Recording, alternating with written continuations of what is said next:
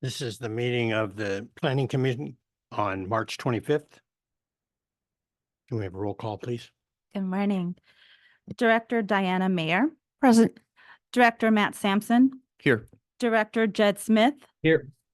Vice Chair Ranjiv Kush, Here. and Chair Larry Russell. Here. Okay.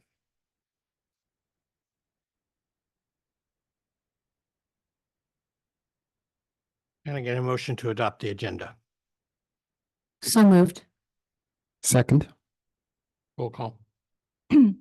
Director Mayer, Aye. Director Sampson, Yes. Director Smith, Aye. Vice Chair Kush, Aye. Chair Russell. Aye, No, there were no comments to that. I gathered that. Public comment on non-agenda matters.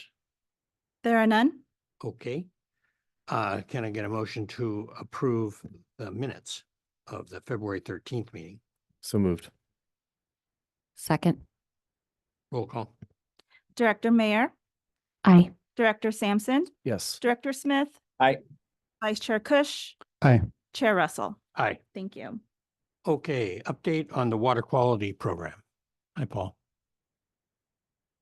I thought it was the AMI was up first. Is that right? Water efficiency, sorry. You were just skipping ahead. Yeah, trying to push things along.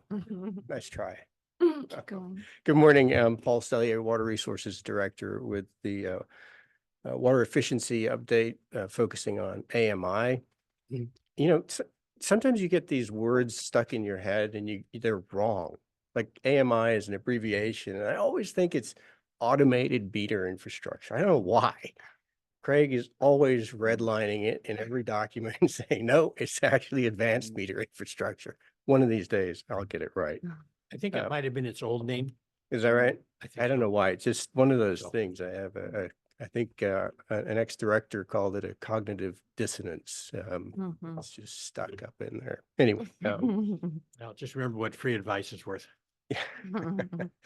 so AMI offers us, as you know, a number of benefits, improved, data collection, accuracy of meter reading, operational efficiencies in terms, we can identify leaks faster.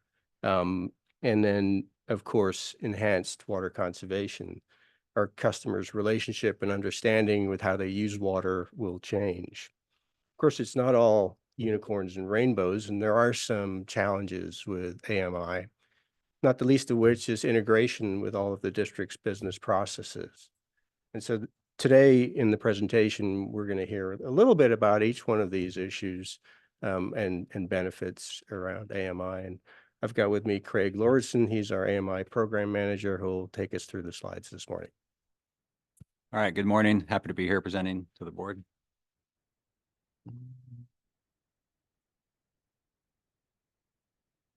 All right, so this is a water efficiency update with an emphasis on AMI. I'll be talking about the relationship between AMI and water efficiency, some customer portal features, and an update on. Oh, we didn't share. Oh, sorry. Thank you. Find or share. I will minimize that. There you go. Share and Yep. Share. There we go. Okay, sorry about that. Thank you. All right, so an update on AMI pilots and an update on the AMI project. So regarding the relationship between AMI and water efficiency, that first statement there, AMI leads to water savings. We've seen that throughout the industry. We've seen that in our own AMI pilots that we've done over the years. And it does that in three fundamental ways. The first one is it changes customers' understanding of how they use water. So currently, most of our customers get a bill every 2 months. So that's 6 data points per year. That's big gaps in feedback. But we know that a certain pattern of water use led to the consumption on the bill, and AMI reveals that pattern. So by zooming in on a particular week or day or time, customers can see the pattern of their use. And one of the most revealing patterns is an irrigation schedule, right? A certain volume of water, certain days and times that repeats throughout the irrigation season. And I've talked to customers that are surprised to see how much water goes to the irrigation relative to indoor. So they're saying like, wow, I use more water outside than I do inside. And then once they see these patterns, they can, choose to make adjustments to their schedule or to their water use habits. So that first one there, helping customers understand their water use. I think the second one's the most powerful of the three, that AMI can shorten leak duration through early and automated notification. So leaks are inevitable. Everybody's going to have one eventually. And sometimes they don't advertise themselves. So it could be a running toilet in a bathroom you don't use very often, or an irrigation valve that's stuck in the open position, or a underground leaking pipe. And a lot of customers don't even know they have a leak until they get the big bill, which could be 1 or 2 months after the leak started. And AMI does a great job of pretty quickly identifying that continuous use pattern. Most of our customers, it would be very unusual to use water every hour for 24 hours straight, but AMI can pick that up, and in 1 or 2 days, it can identify that continuous leak. So customers have the opportunity to become aware of it much more quickly, and then take action. And then the third one, AMI leads to more targeted water efficiency measures. I spent my first 12 years here at Marin Water in the water efficiency department. So I was here when some AMI started going in back in 2018. And I just saw the power of that granular data, whether it's phone consultations or notifying customers of leaks through letters or phone calls, site visits, emails. And then something else water efficiency can use this data for is before and after water efficiency measures, like toilet rebates or clothes washers, irrigation timers.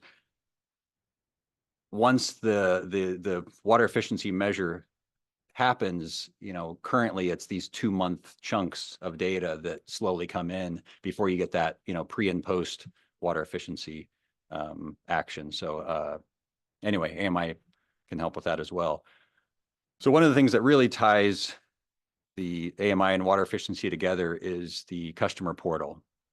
So we've used a couple different ones. We've seen demos on others. This will be a big decision of what customer portal we end up with. And some of the features include the desktop and app access. That's pretty standard, but some customers prefer one experience over the other. The automated leak and high use alerts. There's actually a difference between those two. Like I was mentioning before, technically a leak is continuous use, that can go on for days at a time, where a high use isn't necessarily always a leak. And an example of that would be, let's say you intend to irrigate 2 or 3 days a week, but because of a scheduling issue, you're irrigating 7 days a week, and it's at 2, 3, 4 a.m., everybody's asleep. If you had a high use threshold, that would be triggered when your average daily consumption starts to climb. So it's technically not a leak, but it is this elevated use. So some portals don't have the high use alert. Most have the leak alert. And then this bill projection based on recent use, there's only a couple out there that have this. This is actually taking the cost of water and the tier breakdown, and taking your recent use and projecting that forward and saying, well, based on what you've been using the last X amount of days, your bill is projected to be a certain dollar amount. And customers could say, well, I'm my normal bill is around $200, so I want to be notified if it's projected to exceed, say, $400. So that's more of a financial nudge, which could be a pretty powerful tool. And then the last one there, single sign-on with the billing platform. The idea would be is if a customer is reviewing their bill, they can easily get to that graph or water use data, and vice versa. Has Flume figured out that there's a market for their software for AMI? I'm not sure, but I think it's one of the more powerful ones out there. Yeah, especially. the users seem to like it. Right. I have one at my house in Petaluma. Yeah. So yeah, if they haven't, I'm sure they will. I thought Petaluma had AMI. They are in transition right now. In fact, 3 houses down has it, but I don't yet. They're rolling it out, and it should be done in the next few months. So Craig, on the Ion Water is the platform or the app that services the current AMI that we have, or Yeah. that interfaces with the current AMI. Water Smart and Smart Energy Meter are 2 other software options for capturing AMI data and providing an interface with, so we can select between those. And there's several others as well. There's some, okay.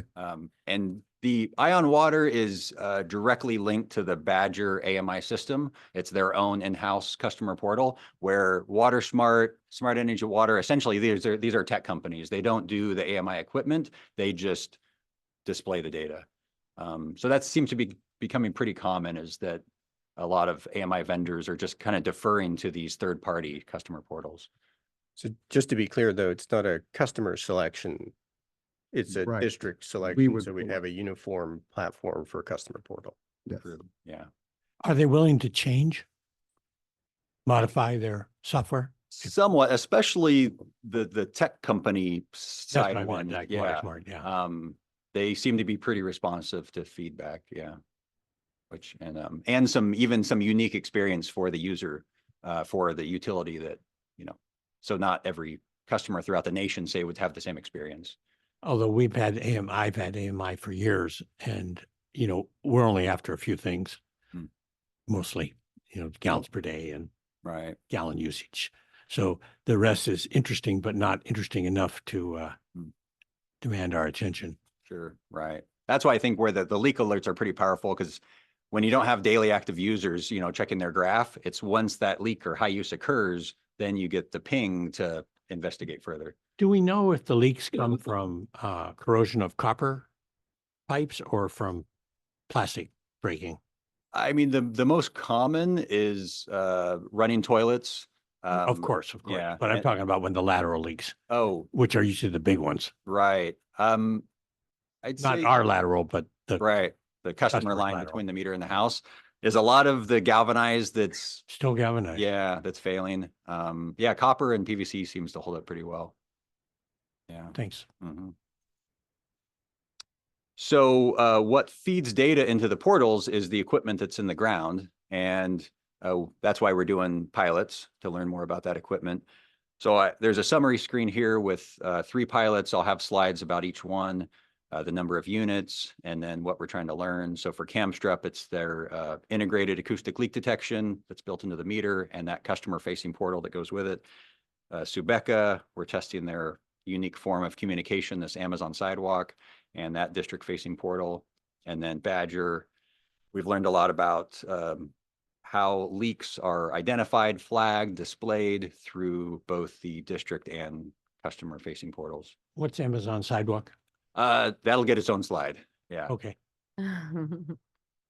So the first pilot is the Camstrup that has built-in acoustic leak detection. This involves 57 meters. Most of these started going in January of this year, so they've been in for a few months. There's 2 neighborhoods in Santa Fe, Santa Venetia and Spinnaker. So 2 pilot areas, and multiple leaks have been identified so far. I have a couple examples.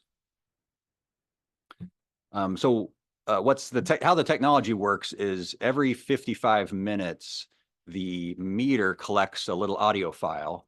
And so in a 24-hour period, that's 26 data points, and it takes the quietest one and it puts it on a graph. And there's going to be background noise, vehicles, our own distribution system has different levels of noise throughout the day. So the idea is that if there's a leak nearby, that's never going to get completely quiet. That's always going to be background noise. So that quietest point is technically the leak. So on the graph, you can see it's a little washed out on the screen there, but you can see that the line immediately shoots up and then starts going to the right, that blue line on the graph. And that means that on day 1, that meter heard something. So it turns out that there's a leak on the tap at the main. So where oh yeah, that helps a little bit with the lighting. Where the lateral goes from the meter to the main, it connects to the main. There's a plastic insulator there. The insulator has failed. That's one of the reasons we picked this neighborhood, is because that's been a reoccurring issue there, or a common leak. And that's the source of the leak. It's relatively small and it's not surfacing. So driving by, you'd never notice it, but the meter hears it quite clearly. And it's 27 feet behind the meter. Yeah, right there at the main. So that's the first example. So did you put the 57 next to each other? No, they're scattered throughout the neighborhood. There's 200 to 300 meters in the neighborhood, and Santa Venetia, for example, has around 30 of the Camstrups. So Camstrup, of course, they want full penetration every meter. You're going to get the best, almost like a heat map of where the leaks are. That's But why I asked, because that's what I remember from their presentation was they wanted them back to back to back. right. But for the kind of the time frame and the budget associated with the pilot, Sure. yeah, this is And the leak that you discovered, Mhm. was it in our system? yes, right, yeah, on our side of the meter. And the second one there, this one you can see was actually the graph is low and flat for several weeks, and then it starts to climb a mountain there as the sound gets louder each day. And the staff went out and they found a flooded meter box. They pumped it out. They found a gasket leak on the district side of the meter. So that meter gasket water was spraying out of that. They tightened it up and that stopped the leak. And you see immediately the graph drops back down to quiet again. So you get that feedback that the leak was fixed. And what's significant about both of these leaks is that this leaking water never passed through the meter. It was 100% water escaping on the district side. And in traditional AMI is always meter facing customer. That's where all the data is coming from. Where this is looking both directions, which is pretty significant. So the Subeca, this is the one that. Craig, sorry, Yeah. how far can the Camstrup listen? You know, to what Right. distance from the installation? So the closer the better, and that's why they like to be on every meter going down the street. They had examples of it was 300 or 400 feet away. It was a main line break, so it was much louder than this. Louder. But yeah, hundreds of feet away is possible. But that's where if you have, every meter on the street, then the leak is going to be loudest, at the meter most near to the leak. And then it's going to get quieter as you go away. And you can actually see, they do this kind of color coding to show you that this one is the loudest and then these ones are subsequently. So it almost lets you zero in on the search area. I mean, That's interesting. So the different meters will provide information, that helps you actually Right. isolate where. because the meters actually aren't communicating with each other at Right, all. They're right. all their own data set. Right, But naturally, as you get further from the leak, it gets quieter. right. So it kind of helps you zero in. So there's a software, excuse me, Yeah. there's a software package that assesses the data. Yeah, it's its own portal. It's called Leak Detector, and it's its own product. It's its own cost, separate from the AMI system. So that's, Yeah, one more question there, Craig. yeah. Have we run into any false positives? There's only been one where there was a spike in sound and then staff went out to investigate and they didn't find anything. So Camstrup says that it's almost better to let it go 2 or 3 days to see if it's consistent before you're just chasing these leaks. So something like this would never immediately identify, if a main break happens right now, that means the soonest we'd even see this data is tomorrow. So, and you figure if it's a big enough break, it's going to advertise itself or the phones are going to be ringing anyway. So this is more of the leaks that are out of sight or in areas that get less traffic. Yeah. Which presumably are most of them. Yeah, right. Yeah. How many leaks? Yeah. Do we not know about? Yeah. Okay. With Subeca, this is the Amazon sidewalk. So for starters, every AMI project requires propagation studies. So that's where the vendors look at our meter distribution and they give a percentage of how their solution, how many meters they're going to be able to communicate with. And 100% is really hard to get to, especially with our topography. So based on some of the major vendors, those propagation studies have shown a 95 to 98.5% of coverage. So at 95% coverage, that leaves about 3,000 meters that wouldn't communicate with traditional cell or radio AMI. So we got to find a solution for those 3,000 meters. And that would either be, are we going to read them manually or are we going to do a drive-by radio option or maybe something like this? So Amazon Sidewalk is the network, Subeca is the product. And Amazon Sidewalk uses devices like the Ring doorbell or the Echo device as a gateway to the cloud. So these registers up to a quarter mile away can just piggyback off of these, Internet of Things connected devices and hitch a ride to the cloud. And That's then clever. yeah, and we see it on our dashboard. So the company's been around 7 or 8 years, but they've got lots of pilots going on around the country. And their own propagation study for us shows that over 95% of our meters are within a quarter of a mile of an Amazon gadget. So that means they would eliminate the cell phone. Yeah, their slogan is no That's where they're infrastructure really AMI. pitching, huh? Yeah, no cellular towers and no district maintain radio collectors. So yeah, no infrastructure. And needed. less battery problems and so forth and so on, huh? Yeah, they still have they're claiming they have the lithium 20-year battery, which seems to be pretty common with the most AMI products now. But yeah, definitely not the cost of the AMI, reoccurring charges, and you're not maintaining your own collectors. So there was a 100 register pilot fully grant funded by Imagine H2O, and most of these registers have been deployed. And I have that note there, 95% read success rate. That's significant because a lot of these registers are in areas that would be challenging for radio and cell. So we purposely put these in some tough spots, and they're working. And for areas that maybe don't have a device nearby to connect to, the Subica roadmap includes putting collectors on Amazon trucks, which I don't know about you, but I seem to see an Amazon truck on my street at least twice a day. So those would grab the read, kind of Pac-Man the reads as they drive by. And then also Amazon's launching satellites for to support Amazon Sidewalk. So Subica would just benefit from that. I wonder what else they're listening to.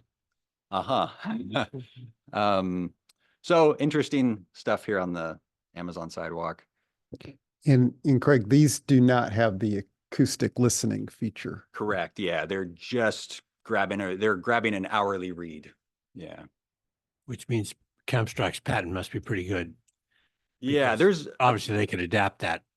right. There's some other AMI vendors that have these acoustic leak detection devices that attach to your Mhm. infrastructure.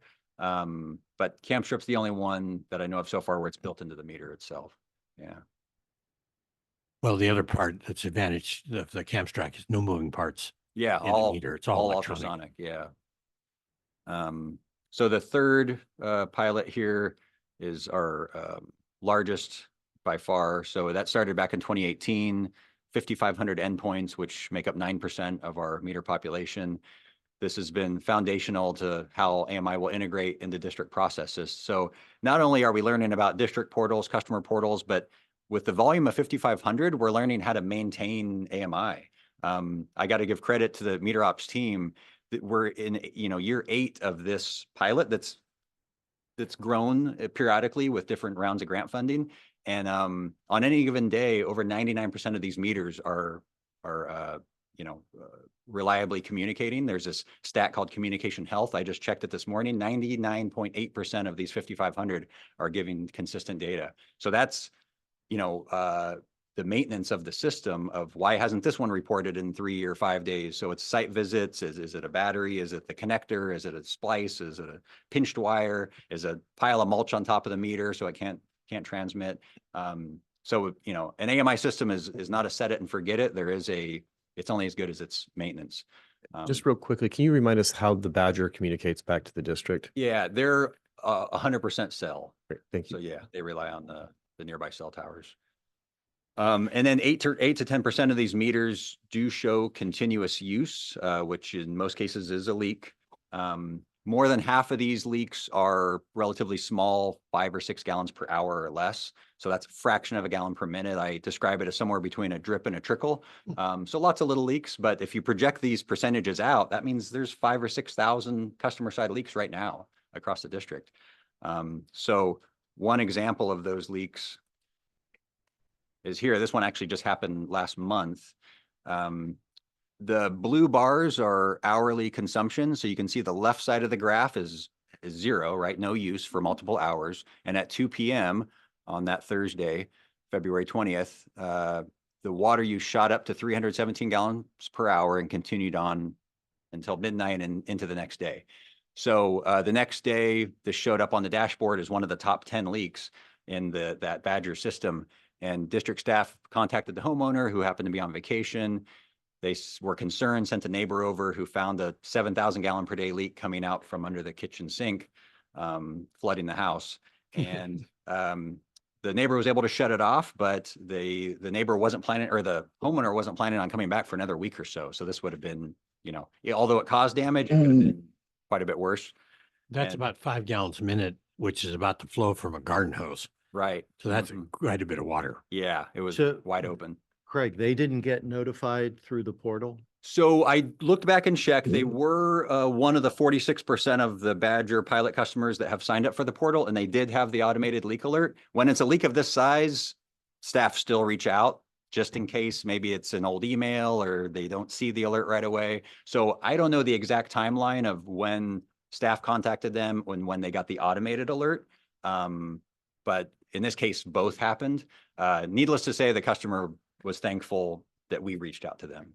Craig, I feel like with Ion Water, you have to go in and, do create the settings so that you do receive those alerts. Right. If you do not do that, you will not receive the alert, even though that functionality exists, you have to turn it on. Right. So it's not, they may not have turned that on. We can see that they did. They did. Yeah, on okay. our dashboard, we can see that there is an active leak alert. But yeah, I'd say close to half of the Ion Water customers have not set that leak alert. Right. And it's unfortunate. I've brought that up with Badger multiple times over the years, that I would think that should be a default. Yeah, If you're exactly. taking the time to sign up for the portal, you probably want to know about a leak, and they already have your email because you use that to create the sign anyway. So I have seen some portals, leak alert is a default. You have to turn it off if you don't want it. Is Badger pushing back on that? Well, they don't want to set it as a default? They never have had a good reason. They just said that it's, it's on the list of potential improvements. On the yeah, list. Right. Mhm. Okay, so that's it for pilots. The last section here is on the AMI project itself. So this is a big project. It's going to affect departments throughout the district. So we wanted to get a team that represents different areas with experience and expertise. So it's Paul, myself, and then representation from water efficiency, customer service and meter ops, IT, and operations, and we'll be bringing in additional resources as needed. And the project status, we're working on the selection and technical requirements for the RFP, updating details on the existing meter population, which is no small feat. We've got meters in the ground, some from the 1980s. We have meters that predate SAP. So kind of mining through all that data, because our existing meters have to be put in one of four categories. Either it's a full replacement, which is most of them. It's a retrofit, which means the body is still well within its useful life, but the register could be swapped out to AMI compatible. So there's, that's the second one, retrofit. And then there's AMI ready, which means it's already a digital register. It just has to be plugged into something. And then finally, already AMI means it's part of that 5500. We want to get the useful life out of that, or the Subecas. So we got to get a good handle on what's currently in the ground. And then working on the procurement strategy, contract and legal requirements, and based on the cost of meters and equipment that we've seen so far, we're projecting 30 to 35 million capital costs, but that's pre-RFP, that's pre, competitive vendor bids. So I'm hoping that's worst case scenario. And then the schedule, the red bar is today. So we're nearing the end of FY25. So the RFP release would be at the beginning of FY26. That would lead to the vendor selection. Once we know what vendor we're going to be using, we'll know how their system works. And then we can do the public outreach and education, staff training, and then leading up to full deployment, there would be some testing. There's the one called point to point, where it's a very small scale, but the idea is that on a small scale, you want to confirm that you can get data from the meter to the district portal, customer portal, billing, and then full deployment would start in FY '27. So next steps, continue to learn from the existing pilots, develop and release the RFP, select the vendor, and then return to the board with a recommendation for implementation. And that is it for the presentation. Questions from the board? Craig, Paul, thank you very much for a really good update and an insightful look at this. And this is, I think we see this as a conservation piece, which is nice to be able to roll these into the planning meetings as well. But for me, I see it more as a better understanding of what we're doing in modernization, a data-driven process that should give us quite a bit of what we're doing. So I'm excited for that. My concern over this is that this project grows legs and that it gets really expensive down the road, whether it's an unforeseen implementation cost, a communication issue, or some sort of recurring operation and maintenance thing that goes really off the rails. So cost-wise, it'd be really good to understand these things. The sooner the better, what we're looking at, what the actual annual year-over-year cost is going to be, et cetera, so we can make a decision based on that. But other than that, very excited. Thank you for your effort to move this forward. Yeah, my thanks as well, Craig. What will you look for from the pilots in order to design the RFP? And are you thinking about a combination of different AMI options, or are you going to be looking to select a single one? Right. I'm picturing a core vendor would be the bulk of our AMI system. And then, maybe for those areas where we lack communication, a different vendor could come in to fill those gaps. But one consideration would be cost, and on the scale of the full project, there's going to be some, cost in, volume or bulk of buying that equipment from the same vendor. And it's also just the complexity of the system of maintaining kind of a Frankenstein system of when you go out, which, what's in the ground, and some have hourly data, some have 15-minute data. So then that gets tricky with the portal. So ideally there'd be one system that checks all the boxes, or that has the most combination of benefits for Marin water. But likely because we have existing AMI and that whole propagation study challenge, we're likely going to have 2 or 3 systems that overlap. But I'd like to see one that does the lion's share of it. If I could add, Craig, so there's some interesting things that have already come out of it. You heard some today, some really kind of interesting and exciting CAMSTRUP data on district side leaks that seems to be a little bit unique in a way to CAMSTRUP in that it's integrated into the meter.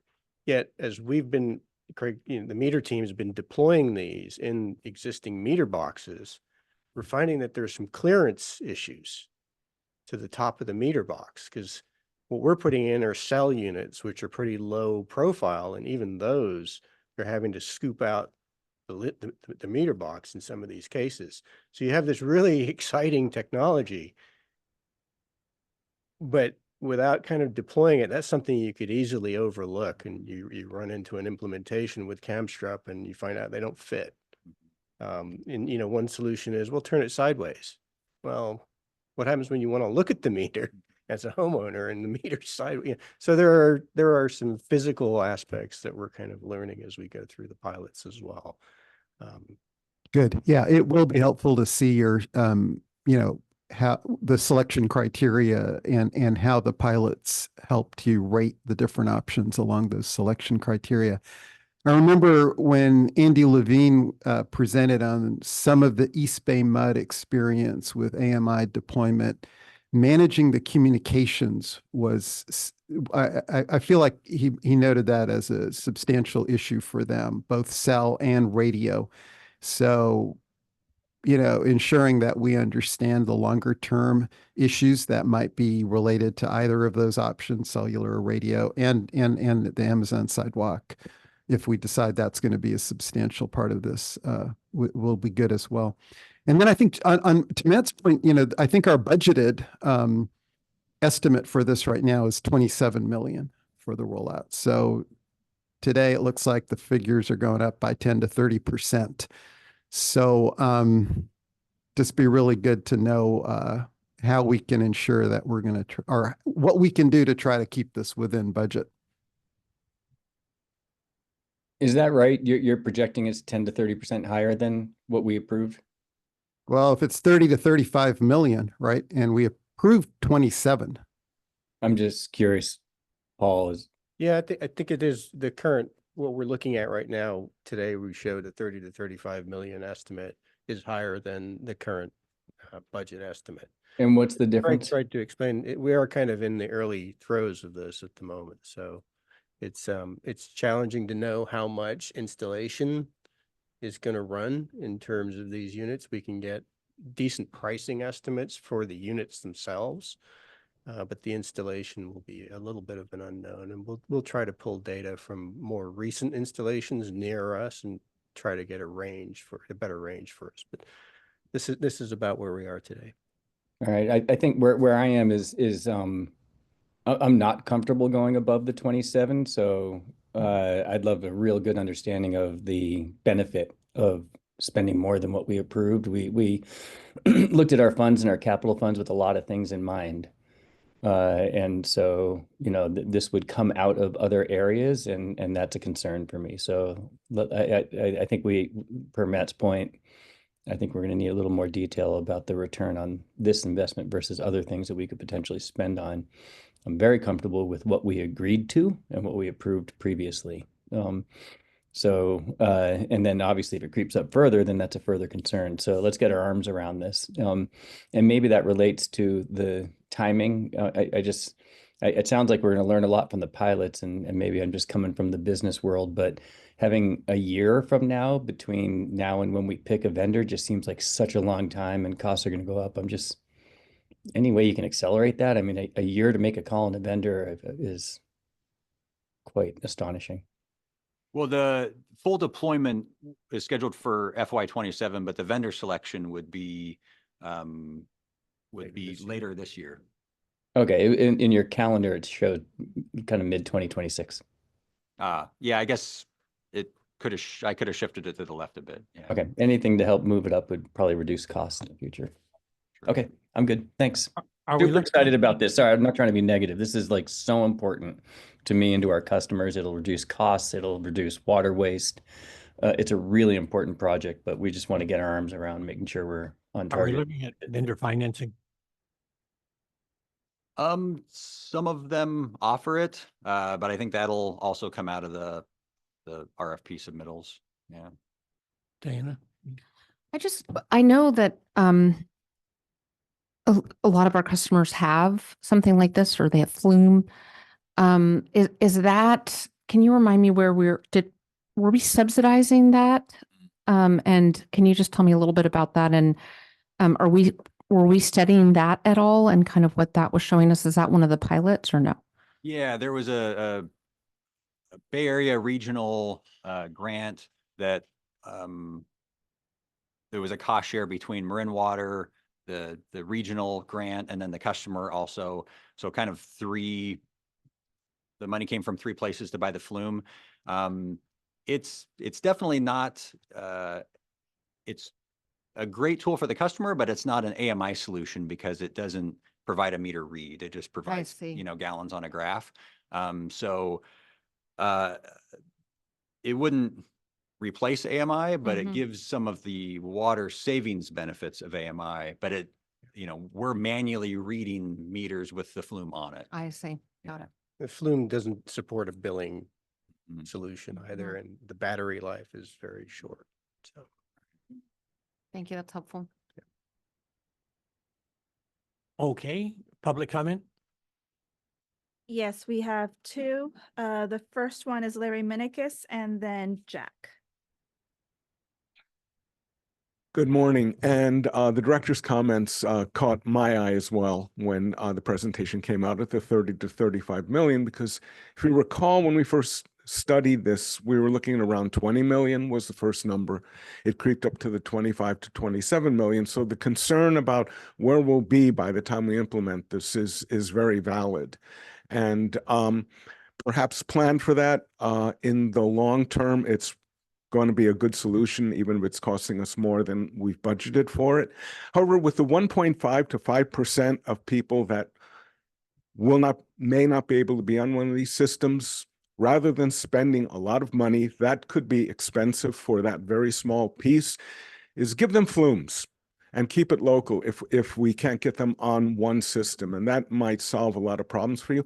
And the last thing I mentioned this, quite a while back, is this is also an opportunity, this portal, when it does get implemented, to use it as a communications tool. You're going to have your customer, and if you have a tab or something in there, or you can push notifications to your customers, it's another way to communicate to your customers through this tool, what's going on daily, or whatever you feel you need to communicate at that time. So thank you very much. And thank you for your letters to the IJ. Oh, thank you.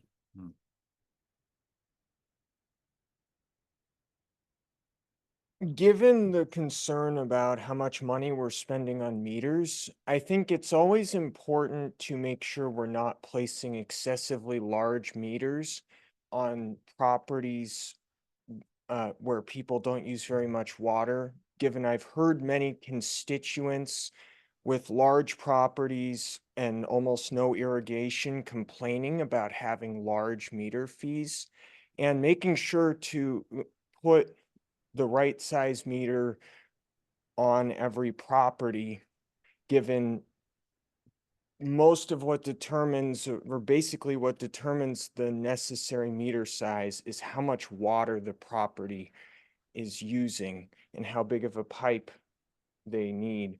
And just making sure to have the right size meter on these low water use large properties should be paid attention to and considered. Thanks, Jack. And, oh, go ahead. I was gonna say we have one more. Go ahead. Groves. Groves on Zoom. Hello?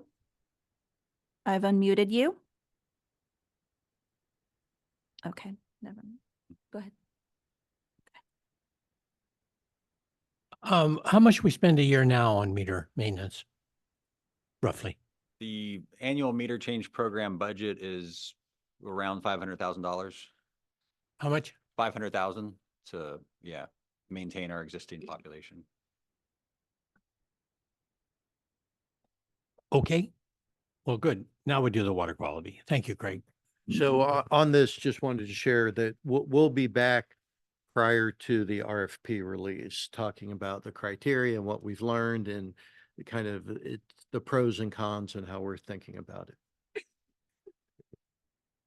A little surprised to see census not in there. I mean, that's who our normal meters are, right? Isn't it a name like that? Yeah, the bulk of our current meter population is census. They are 100% radio collectors, which doesn't I really see. lend itself to a pilot. I see. But they'd be in consideration certainly for the RFP process. Okay, thank you. Thank you.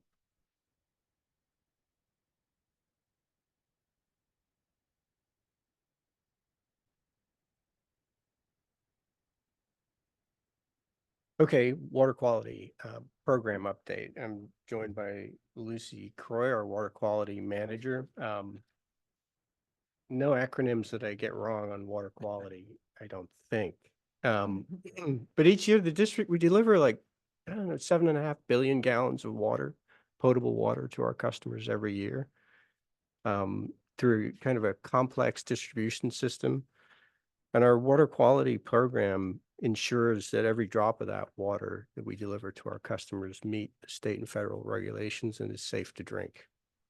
And as we'll hear in our presentation today, Lucy will share a little bit about our water quality program and how we achieve that. Good morning. Good morning. Lucy Croy, Water Quality Manager, as Paul mentioned. Been looking forward to this presentation as one of the district's programs that a lot of activities go on behind the scenes that we don't always present to the public, but it means that we're doing our job well and correctly when you don't know that there's anything going wrong with water quality. We don't want anything to go wrong with water quality. So that means that things are, that water quality is good in the system. So today we'll start with an overview of our monitoring program, starting with the source, our reservoirs on the watershed, and going through the distribution system into our customer taps.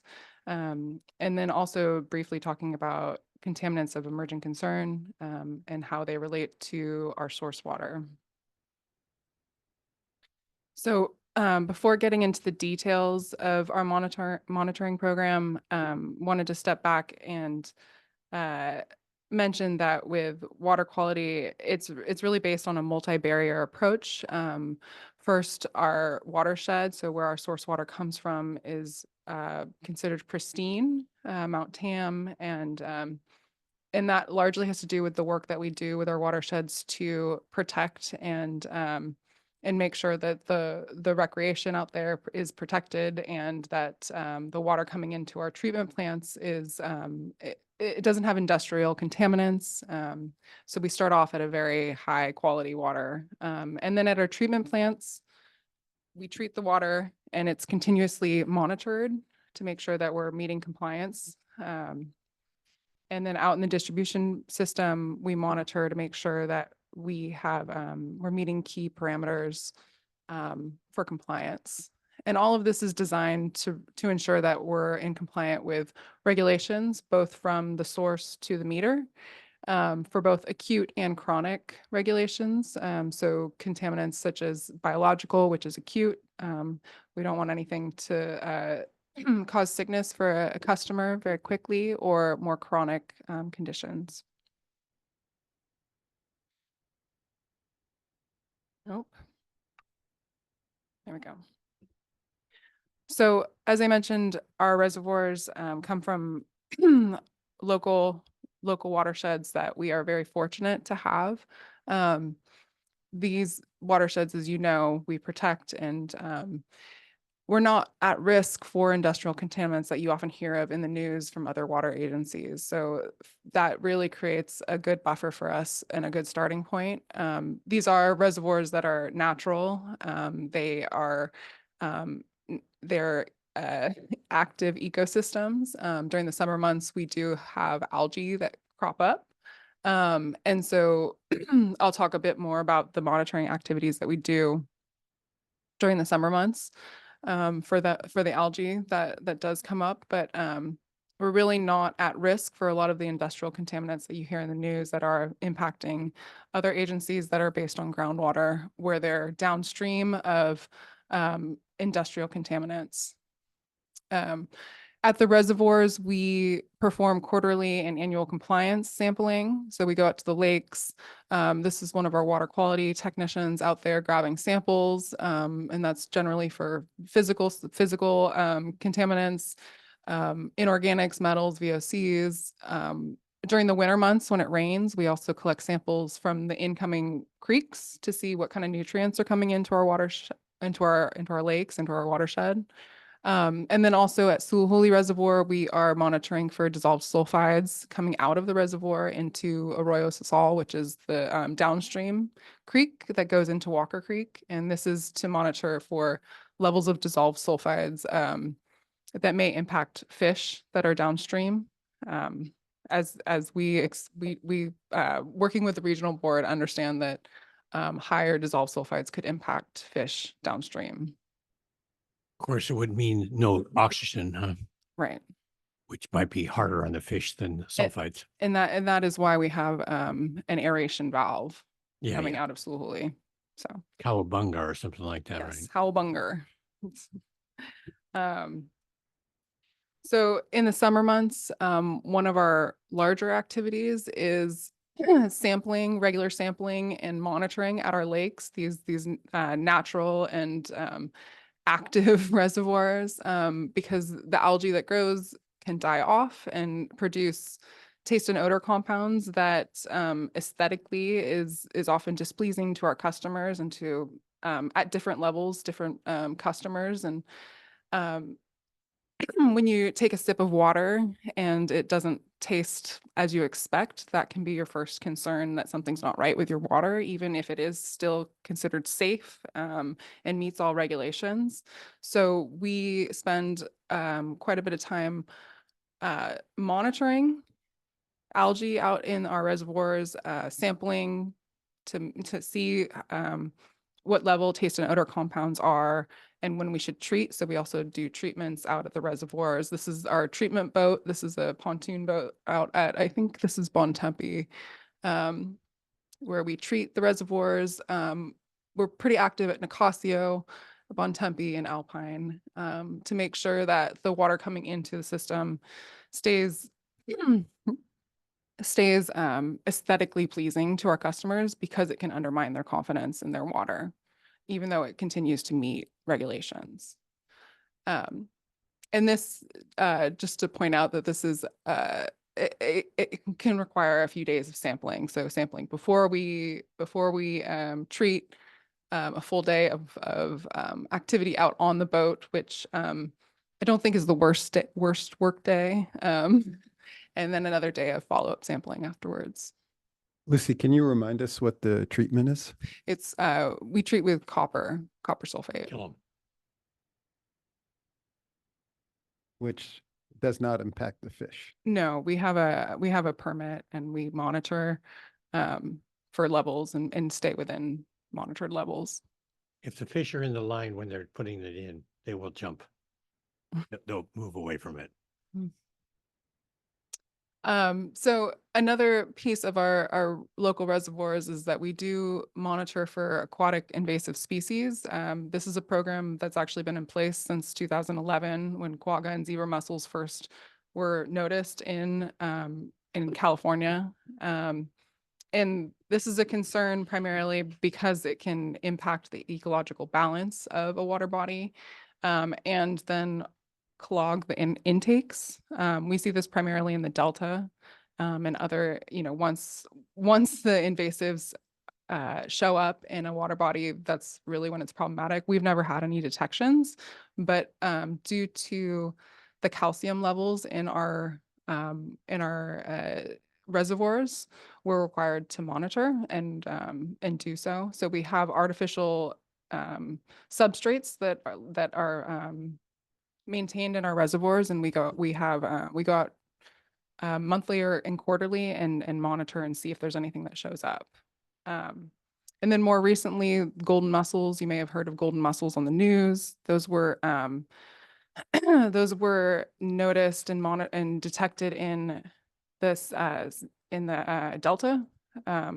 Most have been seen near Contra Costa Water District, and they're problematic for many of the same reasons that zebra and quagga mussels are problematic, but they have a lower threshold. They seem to thrive in waters that have lower calcium levels that are similar to ours. So at this point, we have put in place, we've paused all boating activities other than our own boats that we keep in our watershed. And then we've also paused all fish stocking just to minimize any external water coming into our system that could introduce the invasive species. And we do have very engaged, active fishermen. So at some point, I do think we'll be hearing, and the board likely will be hearing directly from those stakeholders. We're working to figure this out, but we do feel it's important at this point, given this is new and more questions and answers, that we act cautiously. And I'll mention that our environmental compliance specialist, Chris Borjan, he's been very active in participating in a bunch of regional calls to monitor, because so much is not known at this point. So we've been very active in the region. It's interesting. We run a facility for Caltrans down in Southern California, and the quagga mussel is enough to shut down an aqueduct the size of this room, width of this room. They just go cuckoo, and they love it in there. They nuke them with chlorine, which holds them back, and then they scoop them out, and then they put it back in service. And next year they do the same thing it's a really nasty, it's enough to shut down power plants. It's quite an O&M process. So hopefully we don't find any, and we continue to keep our barriers in place where we inspect any boat that comes on, and at this point, we're not having any external boats on site. So When do we allow external boats? I thought that was not an option. typically, if we have just contractors, so recreational, we don't ever allow recreational boats, but we do allow contractors to bring their boats, but we always have inspections. So at this point, we've put a pause on any external contractor boats. So for doing, I think the Alpine anchoring, that was one that we've been thinking about, and how do we handle if they're bringing a huge barge in? We don't want to introduce. We brought that project to the board. We talked about it, pumping. And that's on hold at this point, again, till we kind of have more confidence in what we're doing and the level of threat. And really, it's as much about not just the threat, but what would you do if you had an infestation? And that's really where there's research going on right now. So shifting now to our distribution system, as you all know, we have a very complex distribution system. The number of tanks we have is somewhat comparable to East Bay Mud, even though we have a tenth of the size of the population. And the primary ways that we maintain safety in our distribution system is through pressure. So making sure that if there is a main break, water goes out, it doesn't come in, and there's no contamination coming into the system. And then also maintaining chlorine levels throughout the system. So water that leaves our treatment plants goes out at 2.75 milligrams per liter of chloramine, and we make sure that as it goes out to the far extents, we maintain chlorine residual out to Sausalito and to Mill Valley. And so our distribution monitoring is the program is intended to monitor and make sure that we continue to operate that system correctly. So we do weekly routine coliform testing. So we grab samples and test for coliform. We monitor for fluoride. We also do disinfection byproduct sampling quarterly. We monitor for corrosion control to make sure that we don't have too much corrosion going on in the system as we do introduce orthophosphate. And then we also monitor high detention tanks out in the far extents of our system, and I'll talk a bit more about that. So high detention tanks is a term that we use for some of the tanks that are in the farther extents of our system. And this is largely due to the complexity of our distribution system and the way that our system was built over 100 years, with many smaller agencies combined together. If you were to build a system today, you'd probably put one big tank at the top of Mount Tam and push water down. But right now we have, probably 10 tanks in Sausalito. And so the water that goes out into the system, we monitor all the way out into those areas and make sure that chlorine out into those far extents is continually, there's always a residual. And that's to protect our customers. The chlorine residual that's monitored is not automated. It's not on SCADA. It's grab samples. So our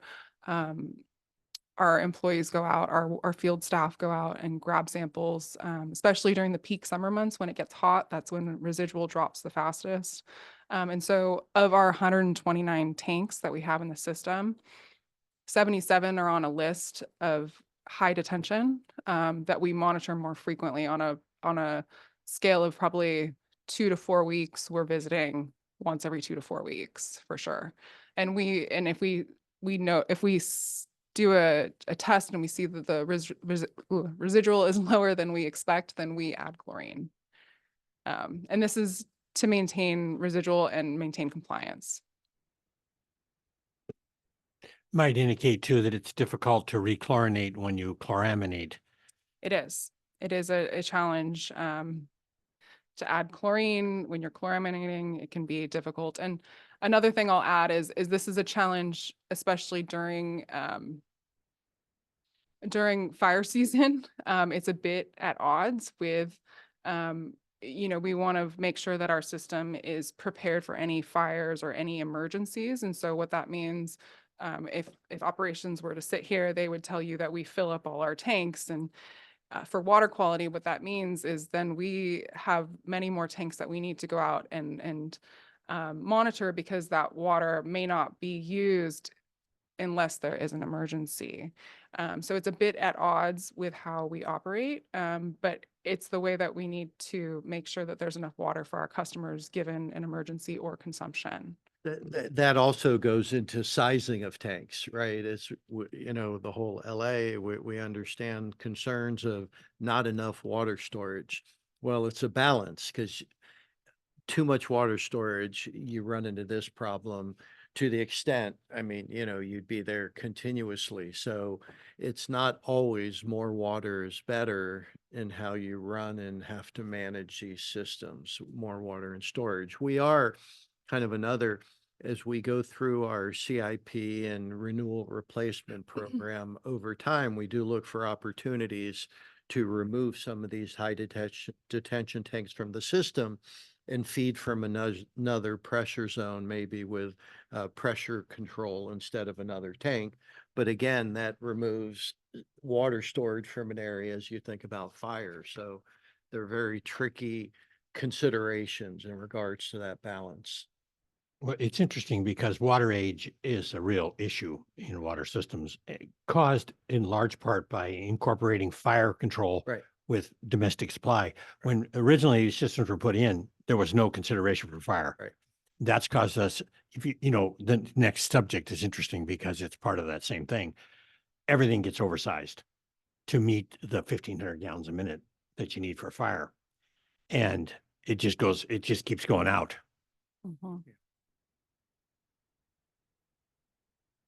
So now moving into the next component is the customers. So our customers, both residential and businesses, we typically our domain ends at the water meter, but for water quality, our program does extend beyond to the customer tap. With the lead and copper rule, the sampling does occur at the tap, so at the faucet, primarily because lead and copper can primarily occurs within the piping in the house. So when we work with customers, we every 3 years they do the sampling within the house. So they'll wait overnight and see if they'll grab samples in the morning, and we'll do the analysis. And we recently just completed this sampling in 2024, so last summer, and our 90th percentile value, which is how the lead and copper rule calculates it, was non-detectable. So of the customers that tested for it, there was no lead. And I'll add that we also did the inventory for lead service lines last year, which was required, and found that we did not have any either. And so I think we presented last year on that as well, but that can be top of mind as well. We also respond to customer water quality complaints. We have a dedicated phone line and email, and there are eyes and ears out in the system. They're the first ones that we would hear if anything's not tasting right.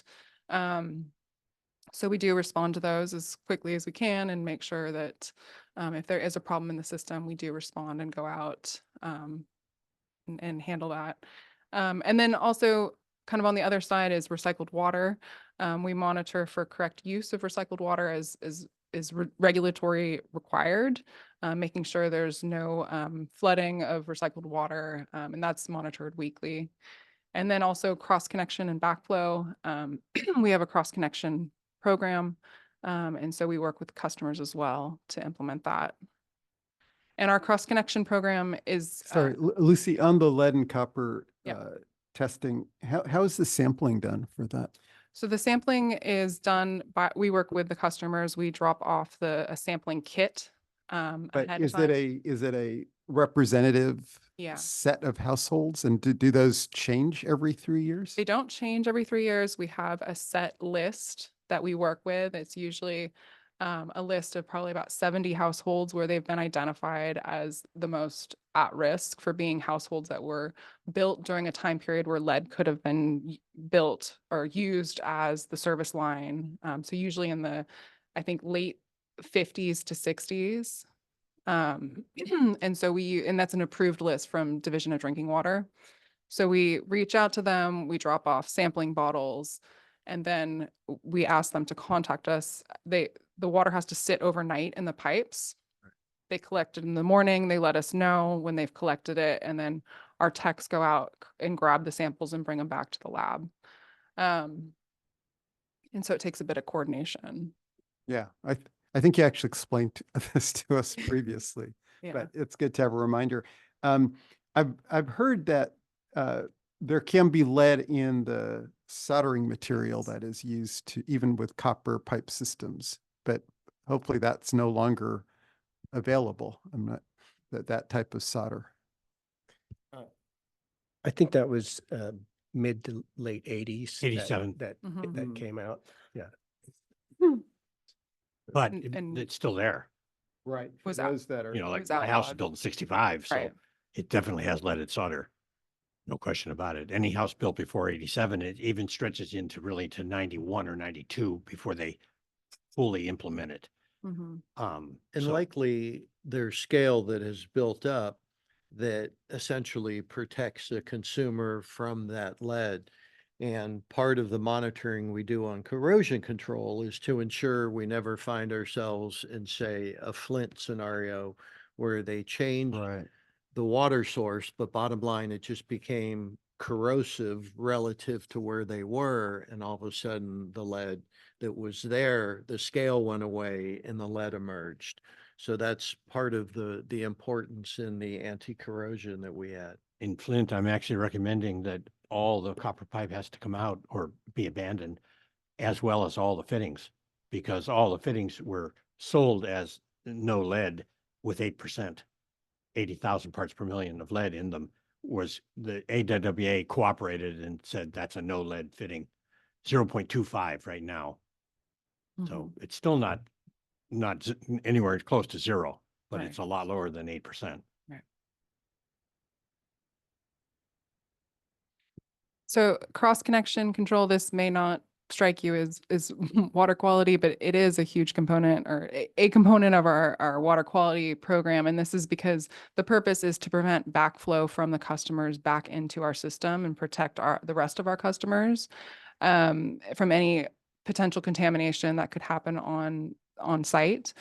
So we do have a cross connection group, and they monitor hazards at customer residence. They work with customers, and then they also ensure annual testing is conducted on the devices that are installed.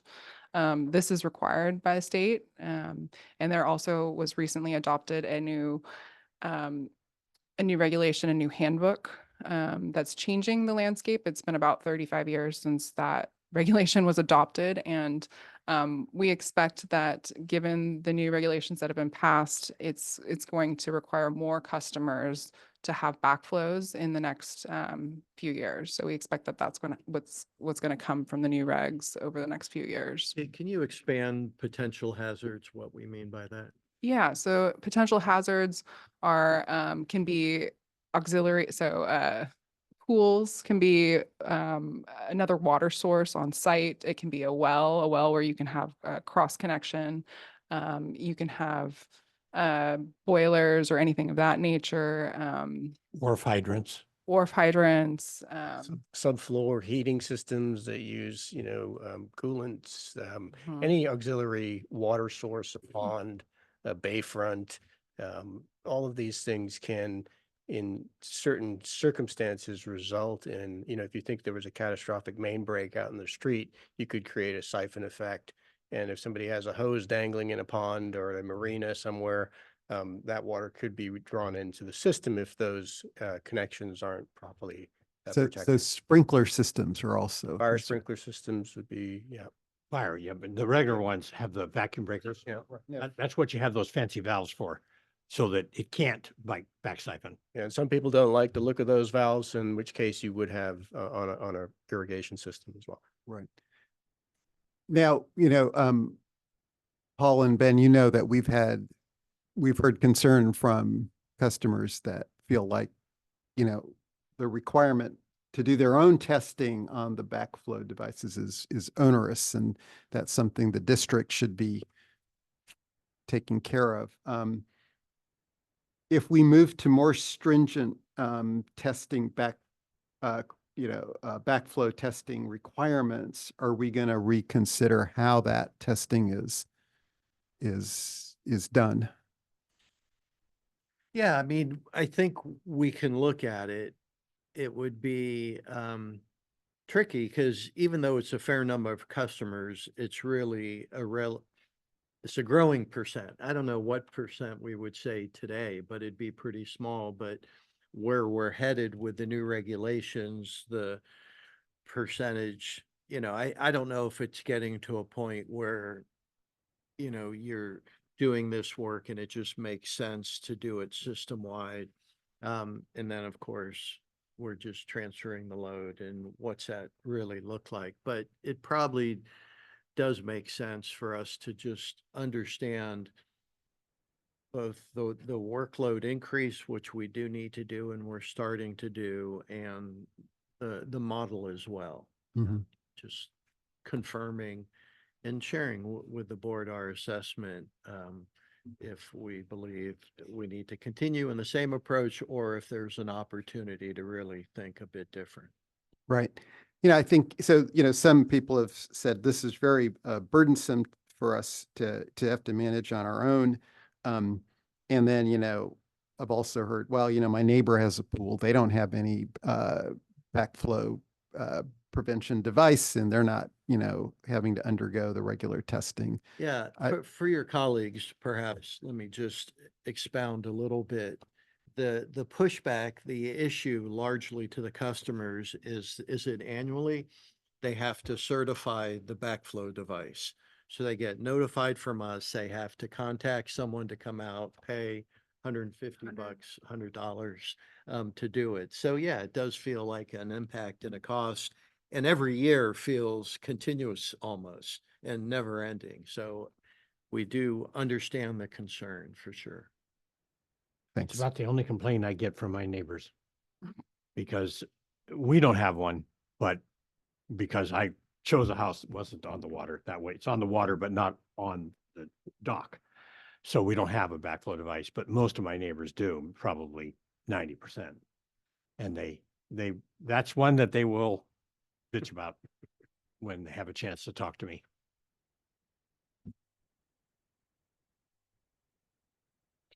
So then shifting to talk a little bit of emerging contaminants of emerging concern. This is really in light of our source water and our system. And as I mentioned at the beginning, we are very fortunate to have natural watersheds, especially when it comes to PFAS. Most of the agencies where you hear of PFAS being found, it's where they're downstream of industrial contamination or groundwater. Miami Airport, it's huge. My estimate was over $1 billion to address the PFAS at Miami. Yeah. And so from what we completed testing last year that was required for, and we didn't have any detections for PFAS. And that was part of the UCMR testing. And I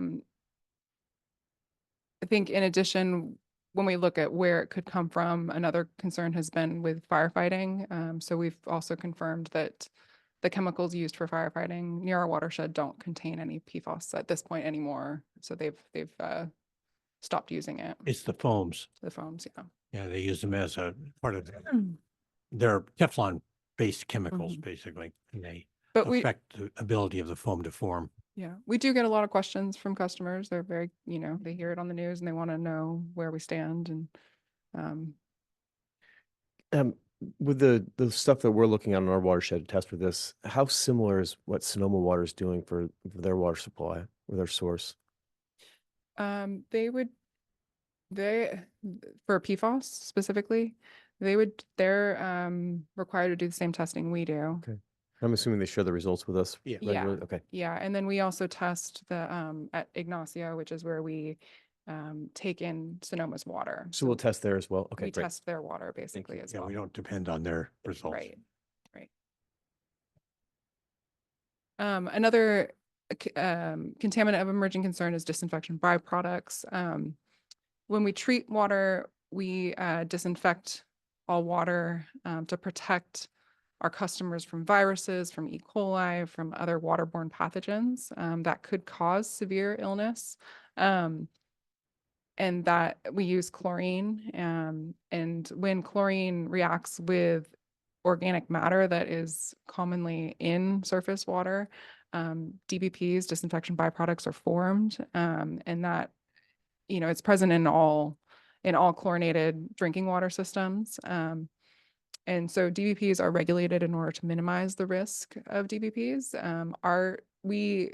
We have been regulated since the 90s to test for DBPs, and consistently our results are below regulatory limits. So about half of what is the regulatory limits.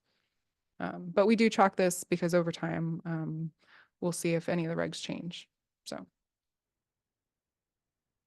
So in summary, bringing out all of this together, we are very fortunate, first of all, for our water supply to be coming from a very pristine watershed, especially when it comes to water quality, and continuing to protect it as well. And then we'll continue to track upcoming regs and how that can impact our water quality in the distribution system, and conduct ongoing monitoring as needed. So with that, that is the end of my presentation. Questions? Mhm. Jed? Oh, thank you. I totally appreciate the detailed update. We've been looking forward to this for a while, and it makes me further super respect the hard work you guys are doing. So thank you. No question. Thanks. Larry, just one, just thought of Sure. one.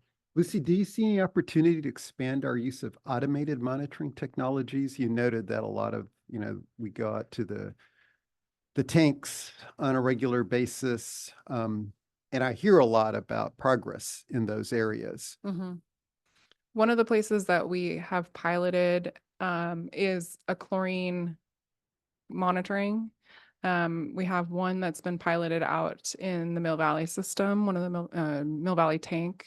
And we're looking at installing a couple more of those out in the system, kind of in the far reaches, as I was talking about with the high detention tanks. And I do think that that's probably the opportunity.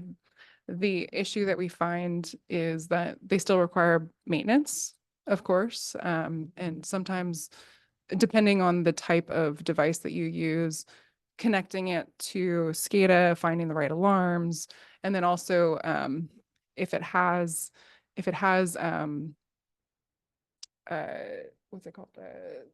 I'm sorry, I'm losing my we want to be able to have something that's easy to maintain over time. So if it has reagents, sorry, we want a reagentless because that causes waste. So if you're in the distribution system, if you have a reagent-based monitoring system, then you need to also have a place to put the reagents. So that's one of the more difficult components. But we're looking at the best ways to do that in our system. Also, having it communicate back is hard, given as Craig was talking about, right? Right. And then there's obviously power requirements. But to answer your question, yes, absolutely. It's definitely one of the places I think we can continue to explore and implement. It's an area that gets just a lot of attention and probably a lot of hype right Yeah. now. So Yeah. I would estimate at the American Water Works meeting that there are probably rooms 5 times the size of this building full of vendor. yeah, no, that's where I saw them And last summer. I would guess that 10% of those are monitoring systems. That of the 1,000 vendors or whatever, 100 are there selling things. And as Lucy said, she's exactly right. The problem, if you don't have sewer, it's difficult. These chemicals can be very aggressive chemicals Right. and difficult to get rid of if you don't have a sewer. Yeah. But, you know, everybody would wish we had a probe. You just stick it in and it just reads out, but Right. that just doesn't hold true to reality. We found one product that's been working well remotely, so we're working on For what? for chlorine analyzer, monochloramine, and it's reagentless. It was originally designed for Navy ships, I believe, and Yeah, bilge water, chlorinate, you know, they have to chlorinate before they go into the bays and discharge whatever's in their bilge, but they can't discharge chlorinated water. And they also don't want systems that have to be complex and maintained. But the devil's in the detail, as Yeah. Chair Russell was pointing out. With a lot of these probes, they sound wonderful. So anyway, this one does seem promising. So maybe more to come. Who makes it? Let me know, Okay. you know, because I still have a patent on ballast water. Ballast water is more of a difficulty than bilge water. Yeah. But, yeah, that invasive species coming with when they discharge the ballast water. Cool. Public comment? Yes, Phil Sauter. Thanks very much for the presentation. It's always good to hear not only how lucky we are to have such a pristine watershed, but also to have a century's worth of knowledge and expertise in making sure the quality of our water is tracked and maintained through to the customer's tap. A few years ago, I finished off a bottle of Crystal Geyser spring water that I'd bought for a hike and then filled it with regular tap water to see what the difference would be. I couldn't find any. My tap water was as clear and sparkling as the one I'd purchased, with just a bit of sweetness and no off flavors at all. I even wondered if the district might one day find itself in the bottled water business, and later learned that this had once been considered and ended up way down the list of things to think about. So I was a little surprised to hear in recent board meetings some comments about off-tasting water, primarily I think in Eastern Marin and especially at certain times of the year. I wondered what could be causing that, as my water quality has been consistently high year-round for the 48 years I've lived in Marin. Although this is all anecdotal information, it has made me more aware that Marin water actually has two watersheds, our own here in Marin and more recently one in Sonoma. And while we know everything there is to know about our legacy watershed, I'm not sure how much we know about the Russian River watershed. As it provides 25% of our water supply, it would seem to make sense to understand that watershed as well as we understand our own. It would also be good for customers to understand how much of their water comes from our local watershed versus our Sonoma watershed. I've assumed that my tap water is a blend of Marin and Sonoma water, but It's not where you are. yeah, no, I was, my next sentence is, but perhaps living in West Marin, I'm not getting water from the Sonoma watershed, whereas those customers living in Eastern and Southern Marin are drinking a higher proportion of Sonoma water. I'm sure staff has answers to these questions, as well as more detailed information on the quality of the Sonoma watershed versus our own local watershed. As we look to expand our reliance on the Sonoma watershed, I hope this information will find its way into our reviews of water quality and onto the district website. Thank you. Thank you. And then we have Groves 1 again. Groves? Can you hear me? Yes. Oh, this time. Okay. Just with regard to the backflow preventers, it would be nice if when you're replacing the water meters to offer a package so that those customers who will require a new backflow prevention device get that installed at the same time, rather than having two vendors, two complications, two travels, two this, two that, and two bills. So please look into whether or not you can do a package there. Thank you. Thank you. There are no further speakers. Okay, cool. Thank thank you. you. Now on to fire flow. Hi, Alex. Good morning.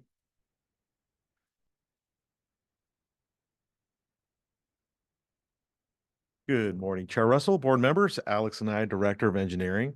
This morning with me is Brian Cook, one of our assistant engineers in the engineering design section, who will be presenting the Glenwood Transmission Pipeline Project that's a component of the district's fire flow improvement program.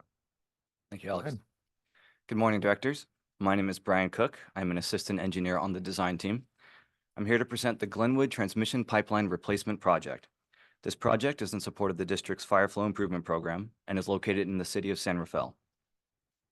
This project will install approximately 6,470 feet of 18, 16, 12, 8, 6, and 4-inch welded steel pipe, along with all appurtenances, to replace the old, undersized, fire flow deficient pipe installed as early as 1928.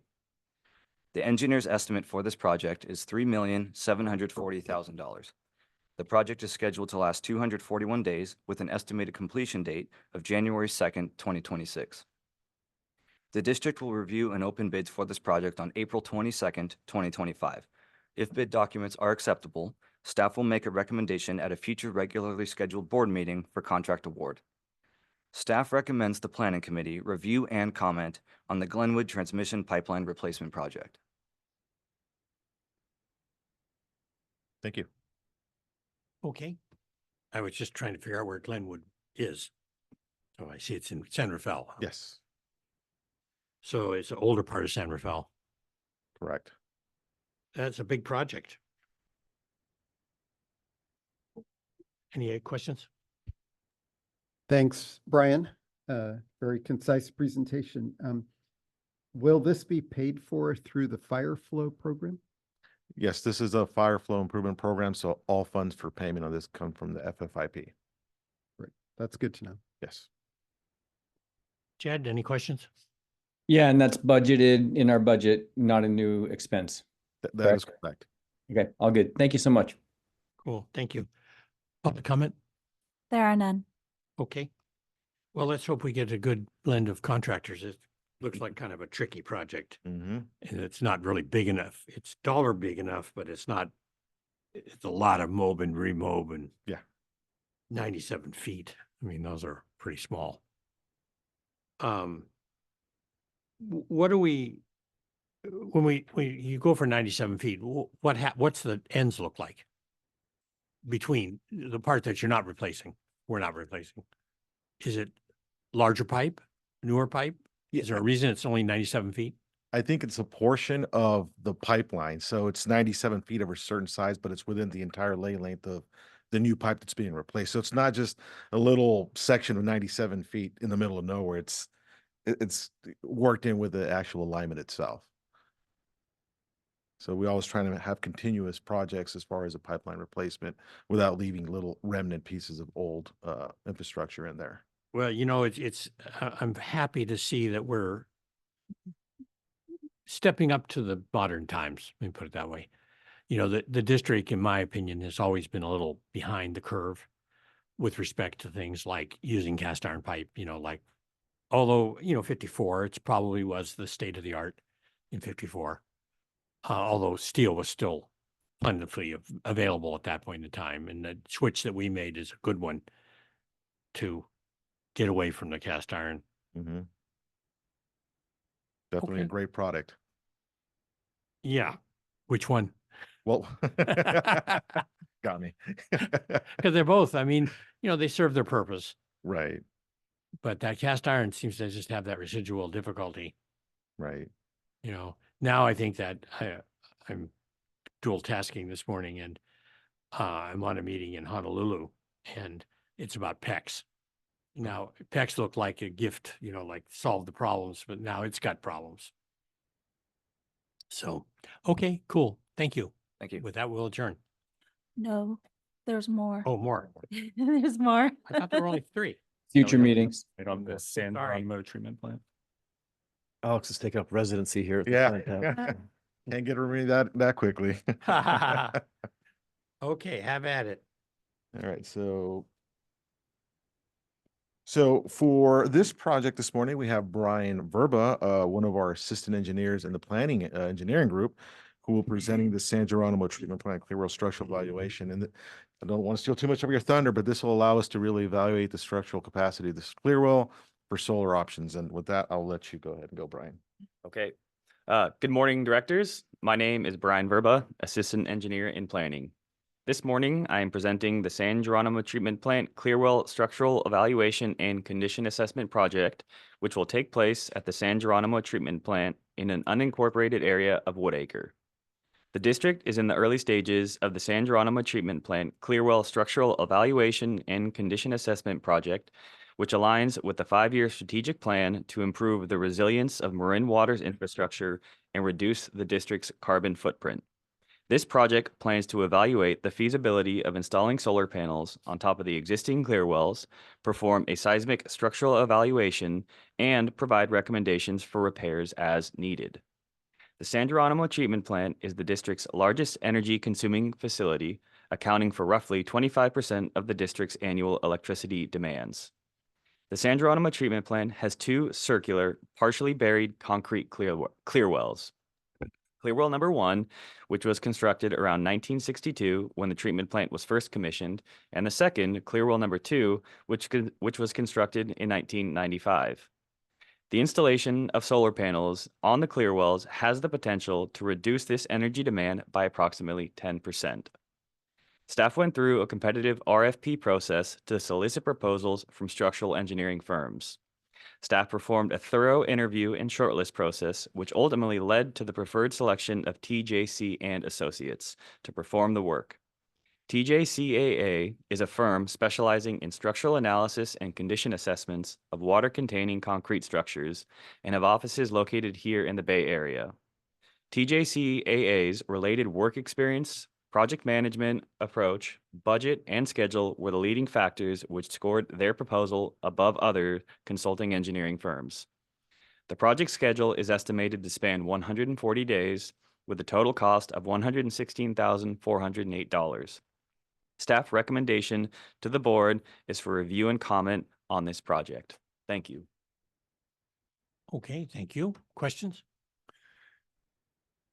This is good. This is another good project to see move forward. So thank you for incorporating the potential alternative energy source into it. Out of curiosity, is there a potential to look at battery storage out there as well, or does that not provide any feasible benefit if we do get solar? We could look into that option as far as an alternative storage system out there. Although I do think in this case, the demand exceeds what the solar will provide. Correct. That is So that's there good. may not not be any be- benefit. Okay, great, thank you. Yeah, these are those 600 horsepower motors that pump up the hill Right. so that the water can get into the system. It's kind of tricky. Yeah, and I was just looking to see if we could actually get some benefit potentially, but It's also where we just put in the giant generators. Yep. Yeah. Yeah, Brian, thanks. I know this is our, right now, the San Geronimo treatment plant, after a lot of evaluation, is our priority for solar energy production. Great to see this moving forward with the clear well evaluation. Are we going to look at any other opportunities at the treatment plant? For example, the roof of the treatment plant itself, or even panels on the, the adjacent land there that we have? Yeah, with the roof rehabilitation project, which the staff brought a few weeks ago, we are going to be rehabilitating the roof to provide solar capacity on the roof as well. So along with that, we'll be looking at other options as we move forward and doing a system-wide evaluation for solar. I think you told us that Yeah, it's previous. It's like kind of like Groundhog Day. It's okay. That's right. Sorry. Okay, thanks, Sal. Okay, public comment? There are none. Okay. Jed, any comment? No, all good. I'm super psyched. We're looking at solar and alternative energy. And, when you get further along, love to see what the payback looks like over time for us. I'm highly confident we're a perfect candidate for as much solar as possible. Thank you. Cool. Thanks. Okay, thank you. Okay, this time I'm going to adjourn the meeting. Okay. Thank you all.